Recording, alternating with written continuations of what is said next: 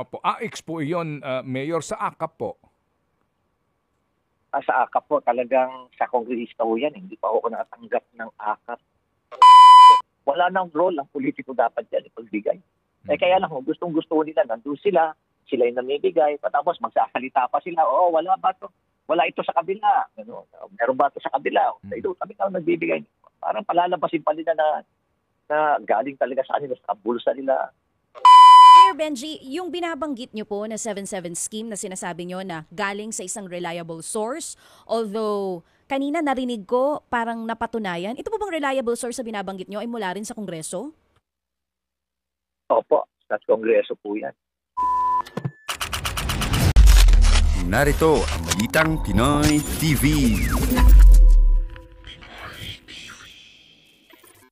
Good morning po, Mayor. Magandang umaga po at masaganang bagong taon po sa inyo, Mayor Benji. Good morning, Sir Ted. Good morning, DJ Sasha. At sa ating po mga listeners, magandang umaga po at napakalamig po ngayon dito sa Baguio. Yes, sir. Yes, sir. Opo. Mayor Benji, magtanong lang muna kami. Diyan ho ba sa Baguio, di ba Lone District po dyan, yung Baguio City? Opo, Lone District po dito. Opo. Diyan ho ba meron pong pamamahagi ng AKAP, AX at TUPAD? Oo, dito. Matindi po pamamahagi po dito. Okay, lahat ito meron po sa Baguio. Opo, pero kayo po dyan bilang mayor, wala po kayong papel sa pamamahagi po nito? Pag nakakuha po ako ng pondo sa mga senators, nabibigyan po ako. At yun po, sa TUPAD, Tole, ang kausap po natin sa AX at sa AKAP, DSWD. Pero bihirang po yan sa local government. Karamihan po yan, nasa mga lawmakers. Okay, so sa mga kongresista po, ang kumbaga, ang appropriations nito sa district at ang sino ang may say sa inyo po pagkakaalam sa inyo pong lugar, Mayor, kung sino ang dapat tumanggap ng AKAP? Well, siyempre ho, yung mga kapos ng kita, tulad ho ng mga indigents, yung mga vendors na talagang nahihirapan, yung mga OFW na bigla po napauwi dito. Yun ho, dapat po ang mga nakakatanggap. Ganun din po yung sa AX naman, yung mga talagang indigent. Walang hanap buhay, temporarily o na-layoff. Yun po yung mga dapat tumanggap. Yun po ang dapat tumanggap. Pero dito po sa AKAP ngayon, sinasabi po ninyo, yung mga dapat tumanggap, yung mga yung mga kapos ang kita, literally. Opo, gaya po ng sino-sino at doon ho ba sa pag-identify diyan sa inyong distrito, maayos po naman, Mayor? Pag dumaan po sa amin sa City Social Welfare, yun po, sigurado po ako na maayos po yun kasi may listahan po sila. Ganon din po yung mga beneficiaries po, both AKAP at AX, sigurado po ako doon. Kasi hindi po yun na-influence ng politics eh. Basta may natanggap po ako sa mga senator o kaya nakahingi po ako ng konti sa DSWD, talaga akong social welfare kagad ang gagawa ng listahan. Kasi meron ho, para hindi mo maulit, redundancy, at nakikita ho talaga nila na sino po talaga yung totoong beneficiaries dapat na tatanggap po. Pero sa problema po, pag mga lawmakers ang nagbigay o kaya ho kongresista, talaga ho wala ho kami listahan kasi ayaw ho nilang share sa amin yung listahan. Kaya palamang ho, malaki yung posibilidad na magkaroon ho ng redundancy. So meaning po, no, kayo kasi meron kayong mga social workers, no, sa city, identified na po ninyo, di ho ba? Yung talagang pati yung 4Ps na mga miyembro, etc. So at least sa inyo may vetting na nangyayari, pero nagkakaroon po ng distribution sarili, yung pong kongresista at yung listahan nila, wala na ho kayong access doon at may posibilidad nga ng nagdodoble o kaya po naman hindi talaga karapat-dapat tumanggap yung benepisyaryo? Totoo naman po yun. Totoo ho yun. Malamang ko siguro sa amin pong mga naririnig, ganun din po yung complaint ng ibang mga local chief executive sa akin na hindi po talaga nila namomonitor kung sino po yung nabibigyan ng mga kanilang mga kongresista at karamihan ho ng mga nabibigyan ng mga supporters. There was even a time na nag-attempt pa nga ho na bigyan ng suporta yung mga media. Kaya alam, mabuti naman ho, maagat naman po yung mga DSWD. Yung DSWD po, ito po yung national agency, at talagang hindi ho nila pinayagan. Kaya ganun ho, kung hindi ho na, basta ho hindi madiktahan ng DSWD, malaking bagay din po yung nagagawa nila para i-correct po yung sistema. Pero talagang kuminsan ho, lalo-lalo pag during the budget hearing, ay yun ho talaga, kuminsan ho, hindi na ho nakakaimig yung mga DSWD. Tumatahimik na. During the budget hearing season, namimigay po ng akap ang ilang kongresista at sa panahong iyon, wala na pong control ang DSWD.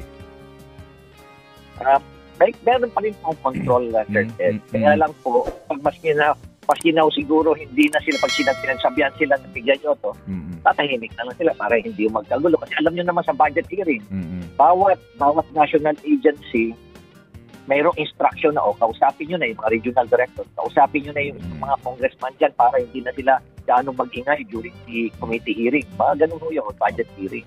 Opo. Kaya kanya-kanya ho punta doon, ma'am, ano po, puro pan. Ano ba yung tawag nun? Yung pangsariling kahilingan lahat ng napapansin ho namin because I was also a regional director at kailangan namin kausapin yung mga regional director. Kasi sino yung mga RD ho sa iba't ibang ahensya. Sa kailangan namin kausapin yung ahensya ay yung mga kongresista para hindi na nila erase yung mga kanilang mga parochial concern. Alam niyo na po, parochial concern. Opo. Mayor, sa inyo po no, karanasan at kapag idinaan po sa LGU sa city itong AKAP fund na nanggagaling sa senador o mismo po DSWD, more or less magkano pinakamaliit at pinakamalaki po na cash assistance po ito? Go ahead.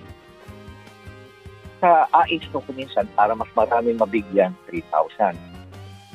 Kung pwede rin ho umakyat ng 5,000. Kung talaga hong nagkaroon ho ng, let us say, merong predicate na event katulad ho ng bagyo, sunod-sunod na bagyo at hindi gaano nakatabas ho, nakapagbenta ho ng mga revenues natin, yun ang 5,000. Pero kung kuminsan ho, 3,000 para mas marami yung mabigyan. So, relative po yan depende po yan Kung ano po yung mag-uusap po kayo nung senator para malaman ho kung ano yung nila, yung kagustuhan ho nila. Opo, AX po yun, Mayor, sa AKAP po. Sa AKAP po, talagang sa kongresista ho yan. Hindi pa ako nakatanggap ng AKAP. Ang natanggap ko lang ho sa AKAP, tumulong ho sa akin yung regional director dito ng DSWD kasi nag-request po ako ng pondo para sa aming mga utility workers at sa mga yung mga vendors po na nahirapan ng bagyo. Tumulong po sa akin ng DSWD. At ang gumawa po ng listahan, talagang doon po nag-usap po yung DSWD at aming city social welfare. Opo. So ito, pero usually mga 5,000 po yan. 5,000 po yung last na naibigay sa akin. Yun po yung natanggap po ng AKAP po. Sometime October po yun. Opo. So galing sa AKAP appropriations, yung nakuha po ninyong tulong from DSWD at ang namigay nito, DSWD, doon sa target beneficiaries po, at least 5,000 po ang pinakamalaki, pinakamaliit. Ayan po, 5,000 pesos po talaga ang naibigay po. Okay. Bawat isang beneficiary. Opo. Opo. Doon sa distribution po, Mayor, paano pong sistema nun? Kasi ako'y nagpapasintabi ho sa mga nakaupo sa pwesto kasi po siguro alam niyo ho naman, di ba, yung mga kanya-kanyang post ng mga billboard, mga mukha ng politiko, yung payout na nakalagay, AKAP ito, etc. Sa inyo po, nung panahon niyo na nakakuha kayo ng pondo sa AKAP, paano pong distribution, Mayor?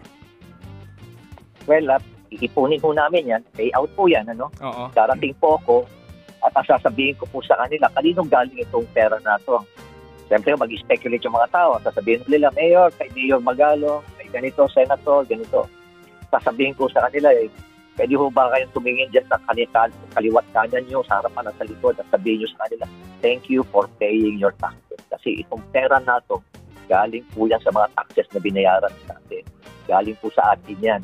Yung po sasabihin ko sa kanila, para ma-emphasize po sa kanila na hindi po to pera ng kanino at kanino politiko.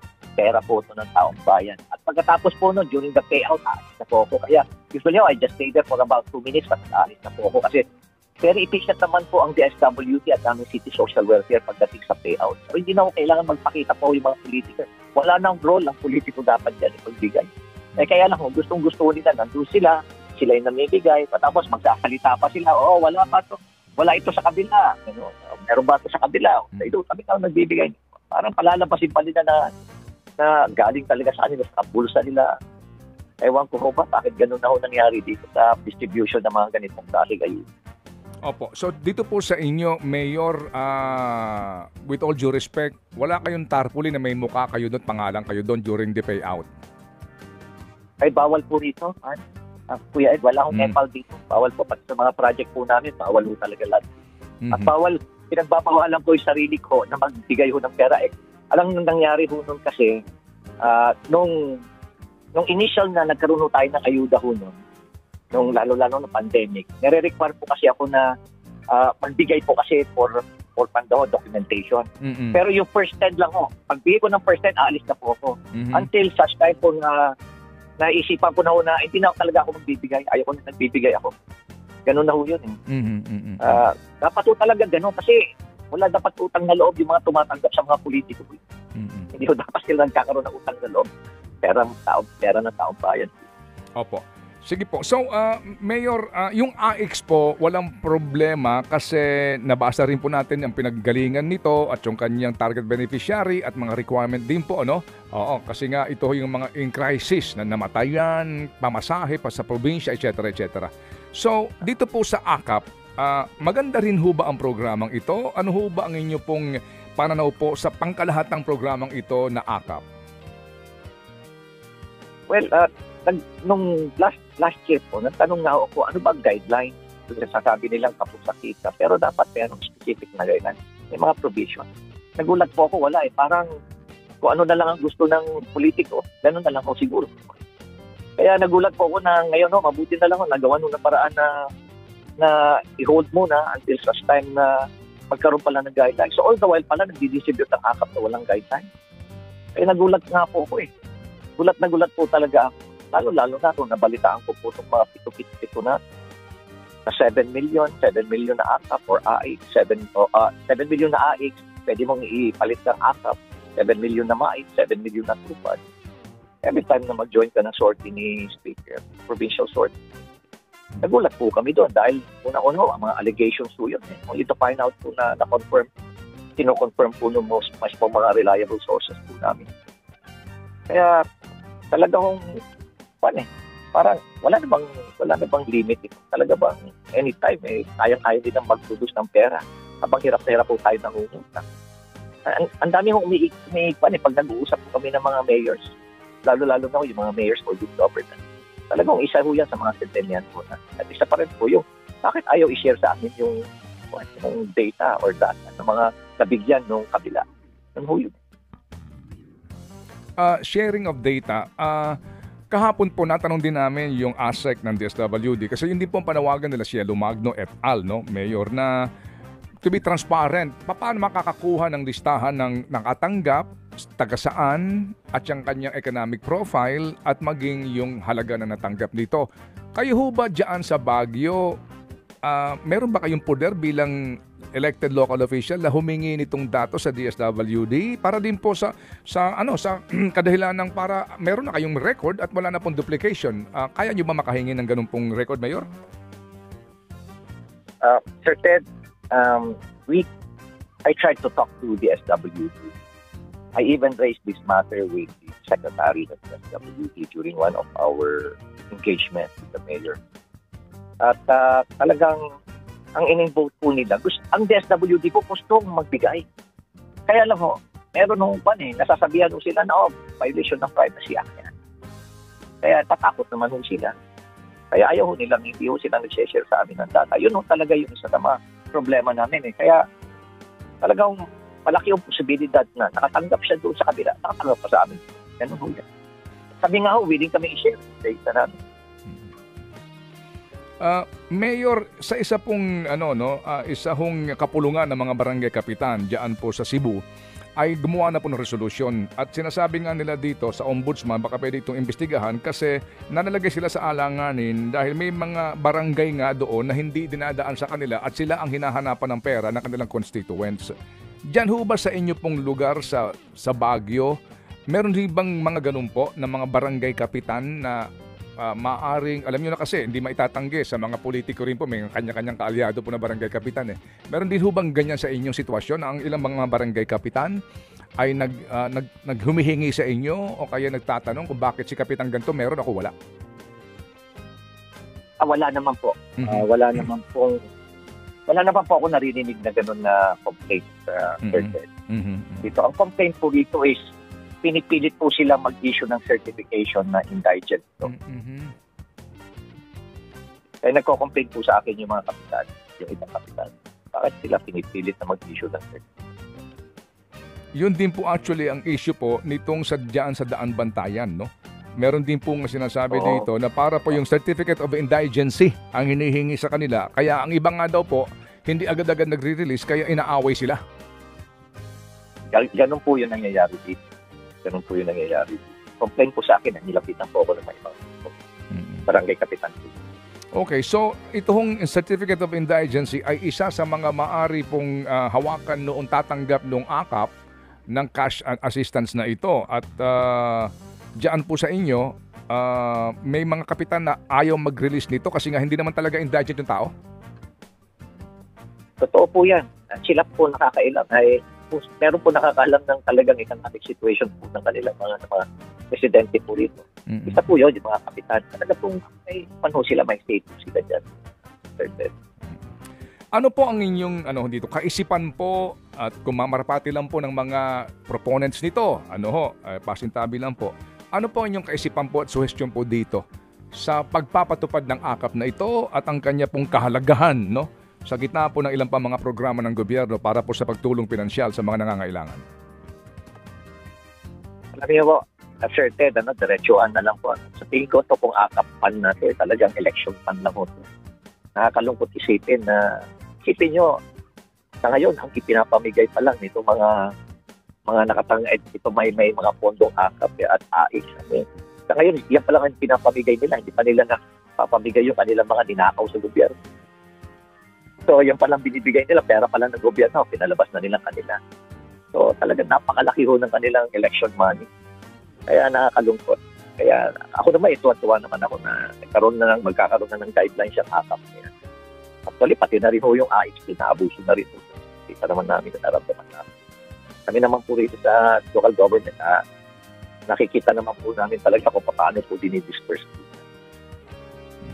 Opo, sige po. So, may tanong lang po si Chacha, Mayor, bago po kita babalikan. Oo. Mayor Benji, yung binabanggit nyo po na 7-7 scheme na sinasabi nyo na galing sa isang reliable source, although kanina narinig ko parang napatunayan, ito po bang reliable source na binabanggit nyo ay mula rin sa Kongreso?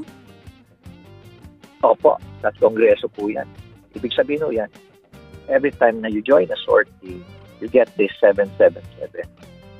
7 million po yan na AIX o pwede mo ipalit ng AKAP. 7 million na MAIX medical assistance. Tapos 7 million na TUPAD. So that's 21 million. Ito na nga mga kabalita. Ano na ang masasabi nyo patungkol sa balitang ito? Please comment down below mga kabalita. Pag-usapan natin yan sa comment section. At kung di ka pa nakasubscribe sa ating channel, baka naman